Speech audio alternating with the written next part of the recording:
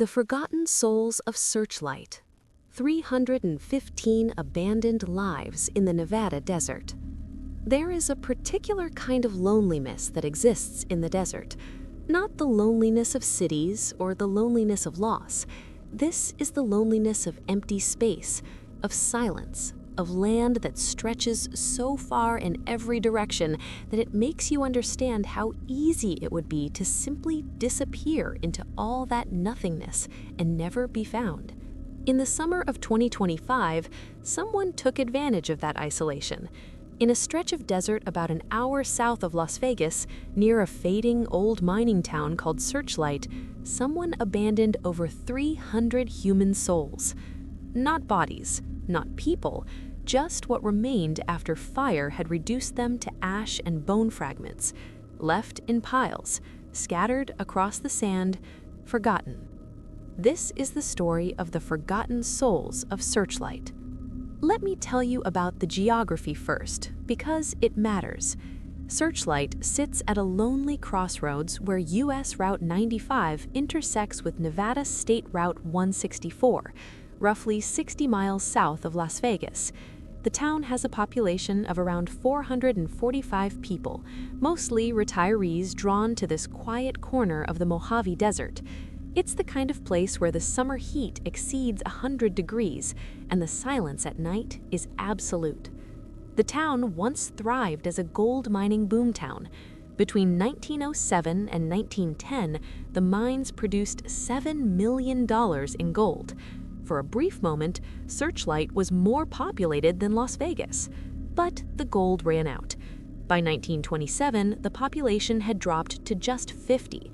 The town survived as a rest stop on the highway, a place travelers pass through on their way to somewhere else.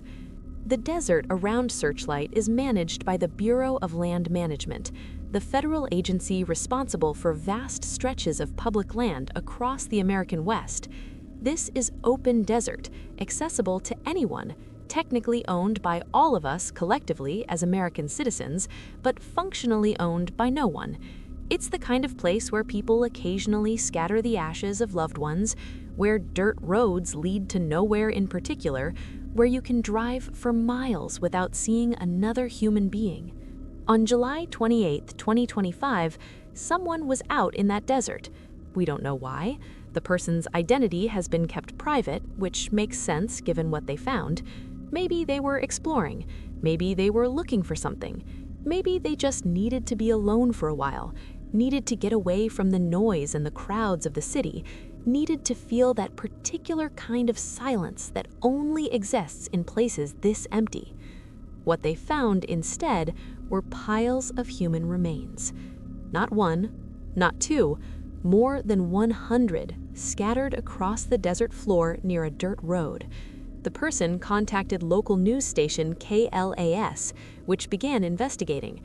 By August, the Bureau of Land Management had confirmed what the finder already suspected. These were cremains, the technical term for cremated human remains. These were people, or what was left of them.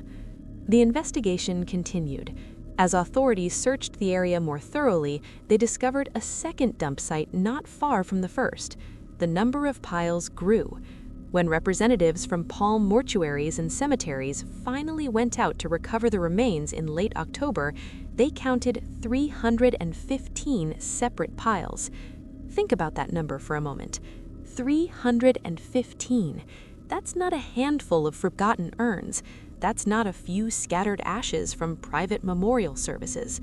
That's over 300 individual people, each one reduced to bone fragments and ash, each one dumped in the desert, like refuse, like something to be disposed of rather than remembered. Let me explain what cremated remains actually are, because the word ashes doesn't quite capture it. When a body is cremated, it's exposed to intense heat, typically around 1800 to 2000 degrees Fahrenheit for approximately 2 to 3 hours. The soft tissues vaporize. What's left are bone fragments, which are then processed through a machine that pulverizes them into a fine powder. That powder is what we call ashes, though technically it's pulverized bone. The average adult yields about 5 to 7 pounds of this material. Some families keep it in urns, some scatter it in meaningful places, some bury it. But all of those options require care, require intention, require some acknowledgement that these remains represent a person who lived, who mattered to someone, who deserves dignity even in death. The piles found near Searchlight had been stripped of that dignity. Among the remains, investigators found pieces of zip ties, the kind that crematories typically use to seal bags of ashes. They found fragments of a broken urn, but they found no identification, no names, no way to know who these people had been or who might be looking for them. Each pile had been reduced to anonymity. There's a legal framework that's relevant here. In Nevada, there's no law prohibiting individuals from scattering cremated remains on public land. The Bureau of Land Management policy allows for individual, non-commercial scattering. It's considered casual use. But the policy explicitly prohibits commercial distribution of cremated remains on federal land. If funeral homes were allowed to use public land as a dumping ground for unclaimed remains, you'd end up with exactly what was found near Searchlight. Nevada state law requires funeral operators to preserve the dignity of any remains in their care. A mass dumping site violates federal law, state law, and something harder to articulate, a basic human obligation to treat the dead with respect. So who did this? Who took over 300 sets of human remains and abandoned them in the desert? The investigation is ongoing. As of the time I'm recording this, authorities have not publicly identified any suspects or confirmed which funeral home or crematory might be responsible. But sources speaking to local news outlets have suggested the remains likely came from a recently closed funeral home and that they may have been years unclaimed. One out-of-state funeral business that was contacted by investigators has repeatedly denied any involvement.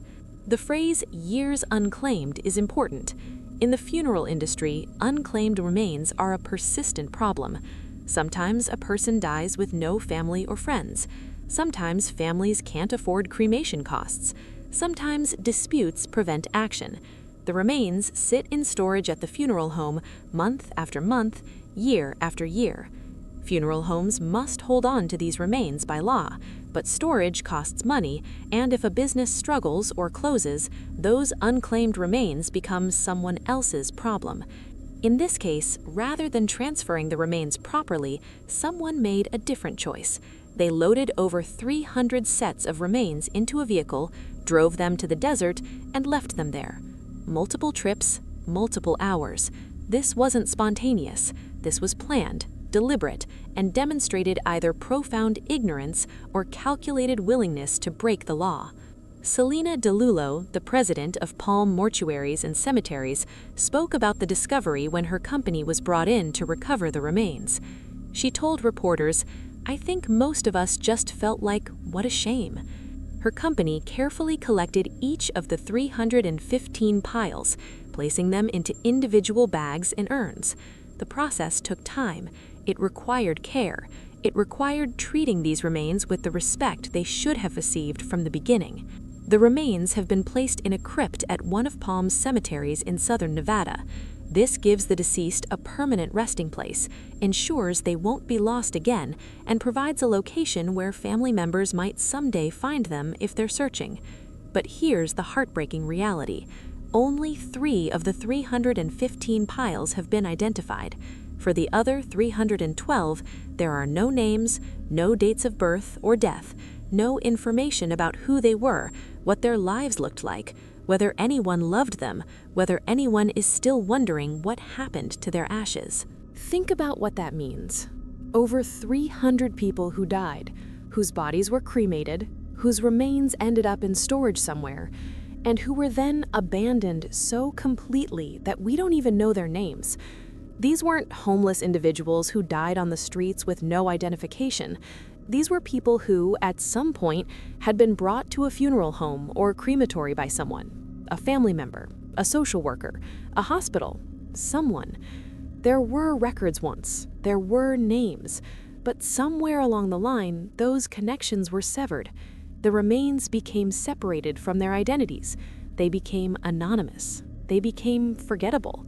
And someone took advantage of that anonymity to dispose of them illegally. I want to be clear about something. This isn't about a serial killer. Each of these individuals died of natural causes, accidents, illnesses, old age. Their deaths themselves were not suspicious. What's disturbing is what happened after. The abandonment, the illegal dumping, the reduction of human beings to an inconvenient storage problem solved by throwing them away. There's a broader context worth understanding.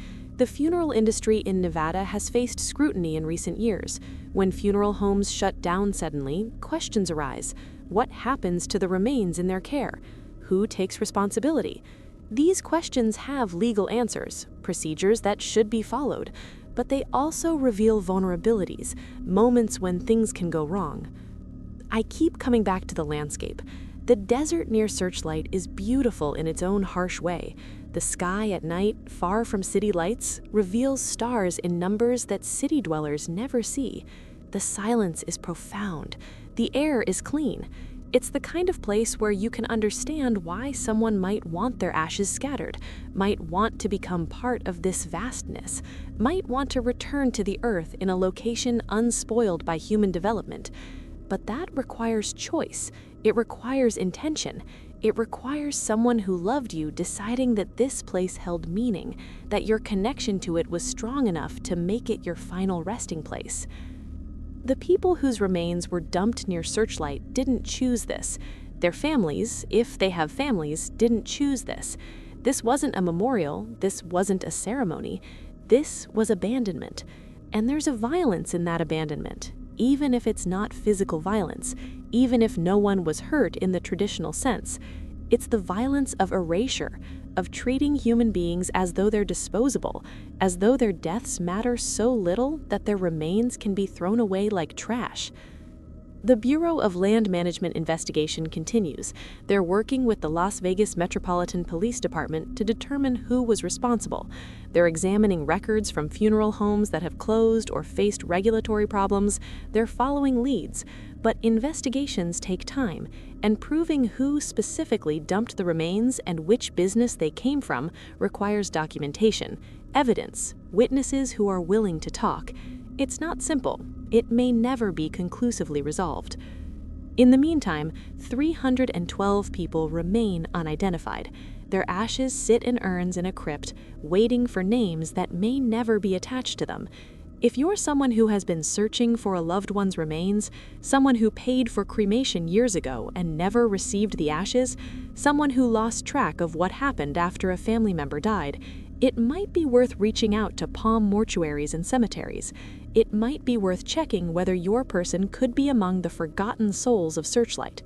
It's a long shot, the chances are slim, but for those 312 unidentified individuals, it might be the only chance they have to be remembered again, to have their names spoken, to have someone acknowledge that they existed and that their absence matters.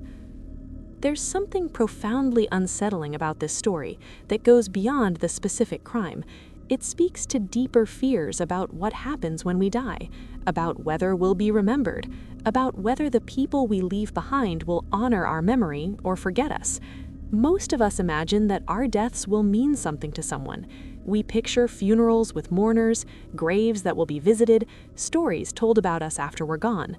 The people whose remains ended up in the desert probably believed that too. They had families who cared, friends, jobs, routines, favorite songs, places they liked to go. They were as real and complex as you or I. Yet the connection between their lives and their remains was severed so completely that they ended up abandoned, anonymous, and forgotten. This is the part that haunts me, not the physical act of dumping the remains, though that's disturbing enough. It's the chain of disconnections that had to occur for this to be possible. Someone had to die. Someone had to bring their body to a funeral home. Someone had to decide on cremation, and then, at some point, the communication broke down. Maybe the family couldn't be reached. Maybe they couldn't afford to retrieve the ashes. Maybe there was a dispute, or confusion, or simply apathy. The remains became unclaimed. They sat in storage. Time passed. More remains accumulated. The business struggled or closed, and someone, faced with over 300 sets of unclaimed remains, chose the desert over the proper channels, chose illegal disposal over the phone calls and paperwork that would have ensured these people maintained their dignity even in death. Every system has failure points. Every industry has bad actors. But this failure feels especially cruel because it involves our most vulnerable moment, the moment after death when we're entirely dependent on others to treat us with respect. We trust the funeral industry to handle our remains properly, and most of the time that trust is warranted. But when it's violated, when someone takes advantage of the dead, it reveals something darker about human nature and the ways profit can override basic decency. The desert will keep its secrets. The sand will shift, the creosote bushes will grow, the wind will blow, and unless you knew where to look, you'd never know that this particular stretch of land near Searchlight was once the dumping ground for over 300 human souls. The remains have been recovered now, the land is empty again, but the questions remain. Who were these people? How did they live? What did they love? Who mourned them when they died? And how did the system fail so completely that they ended up abandoned in a place where no one was meant to find them? If you've listened to this story, you've spent time with a mystery that may never be fully solved, with an injustice that may never see full accountability, with a failure that reveals uncomfortable truths about how we treat the dead and the living alike. These aren't just cremated remains scattered in the desert. These are people. They had names once, they had lives once, and they deserve to be remembered, even if that remembering comes too late, even if it can't undo what was done to them. The investigation continues.